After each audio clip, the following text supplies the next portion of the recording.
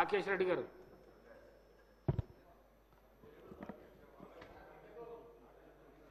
ధన్యవాదాలు అధ్యక్ష, ఈ అవకాశం ఇచ్చినందుకు. ముఖ్యంగా నిజామాబాద్ జిల్లాలో దాంతోపాటు తెలంగాణలో అధ్యక్ష ఈ రేషన్ బియ్యం రోజు 10 టన్నులు 4 లారీలు, దీనివల్ల మాఫియా పెరిగిపోతుంది అధ్యక్ష. ఊరు ప్రతి వీధిలో కూడా మాఫియా పెరుగుతుంది అధ్యక్ష. మళ్ళీ కొందరు ఈ మధ్యన 30 తారీఖు నుంచి మాకు ఒక ఉగాది పండగ అంటే అందరూ పండగ చేసుకుంటారు అధ్యక్ష, స్మగ్లర్స్ మాఫియా అంతా. ఎందుకంటే ఒక్క నిమిషం అధ్యక్ష, రూపాయికి కొన్న కిలో బియ్యాన్ని అక్కడనే షాప్లో 15 రూపాయలకు అమ్మేస్తున్నారు. 15 రూపాయలకు మళ్ళీ 30 రూపాయలకు కొంటున్నారు. ఒక్క నిమిషం అధ్యక్ష, ఇది రాష్ట్రానికి బాగా ఉపయోగపడుతుంది.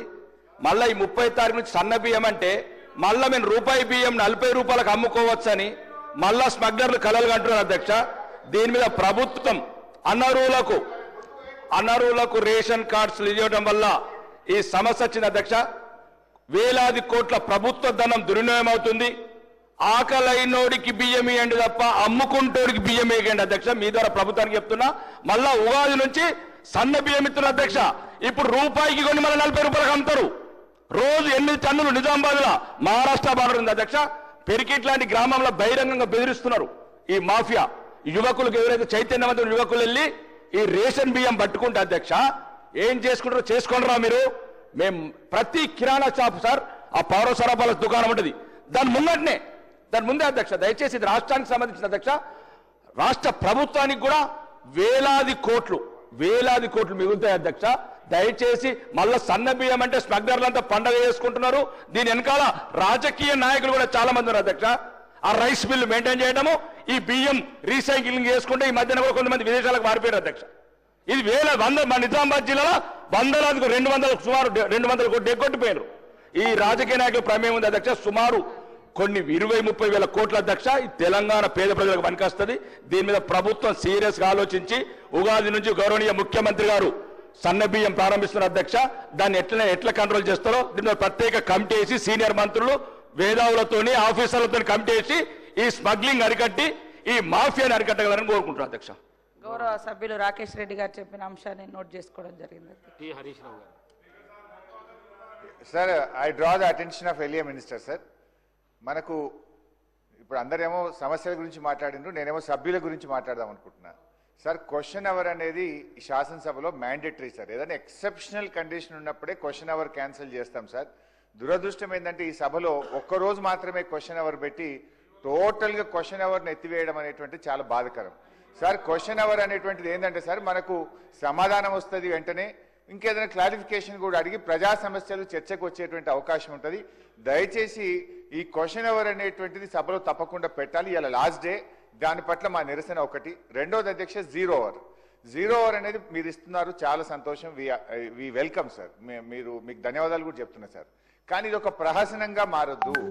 రూల్ పొజిషన్ ఏంటంటే 0 అవర్లో సభ్యులు మాట్లాడిన దానికి ఖచ్చితంగా ప్రభుత్వం నుంచి వ్రాతపూర్వక సమాధానము పంపాలి. కానీ ఇప్పటి వరకు ఈ 1.5 ఇయర్లో ఏ 0 అవర్కు ఒక్క ఆన్సర్ కూడా రావడం లేదు. ఇదేదో మాట్లాడినామన్నట్టు కాదు అధ్యక్ష. మంత్రులు కూడా నోట్ చేసుకొని డిపార్ట్మెంట్కి పంపించి సమాధానం తెప్పించి గౌరవ సభ్యులకు 0 అవర్లో ప్రతిదానికి సమాధానం వచ్చే విధంగా దయచేసి మీరు ఎలియా మినిస్టర్ గారు డైరెక్షన్ ఇవ్వాలని మీ ద్వారా కోరుకుంటున్నాను అధ్యక్ష. హరీష్ రావు అధ్యక్ష, ప్రధానంగా డిమాండ్స్కి సంబంధించిన అంశం వచ్చినప్పుడు వారు లేవనెత్తే ప్రతి క్వశ్చన్ పైన కూడా ఆన్సర్ చెప్పడం జరుగుతుందనే ఉద్దేశంతోనే సభా సమయం వృధా కాకుండా ఉండాలనే ప్రధానమైన ఉద్దేశంతో ఈ పవిత్రమైన ఈ అసెంబ్లీలో సభా సమయాన్ని కొంతమంది గౌరవ శాసనసభ్యులు మరి దాన్ని సభా సమయాన్ని వృధా చేస్తా ఉన్న సందర్భంలో డిమాండ్స్ పరంగా కూడా సరే ఎప్పుడు లేని విధంగా రాత్రి 12 గంటల వరకు 1 గంట వరకు కూడా అందరికీ కూడా అవకాశం ఇచ్చి ప్రతి ఒక్కరికి అవకాశం ఇచ్చి ఈరోజు మేము జవాబుదారీతనంతో పనిచేయాలనే ఉద్దేశంతో పోతా ఉన్నాం. రెండో అంశము గౌరవనీయులు హరీష్ రావు గారు లేవనెత్తింది 0 అవర్కి సంబంధించి. 0 అవర్ మీరిచ్చిన ఆదేశానుసారం ఈరోజు మా ప్రభుత్వ అధికారులు అన్నిటిని కూడా నోట్ చేసుకొని సంబంధిత డిపార్ట్మెంట్లకు పంపించడం జరిగింది. తప్పకుండా మీకు ఆన్సర్స్ వస్తాయి. తప్పకుండా మీరు చీఫ్ సెక్రటరీ గారికి మొన్న జరిగిన సమావేశంలో కూడా ఖచ్చితంగా సభాపతి గారు మీరే చెప్పడం జరిగింది 0 వరకు సంబంధించి తప్పకుండా ప్రభుత్వ పరంగా సమాధానం పంపించడం జరుగుతుందని మీ ద్వారా గౌరవ సభ్యులకు తెలియజేస్తా ఉన్నాను.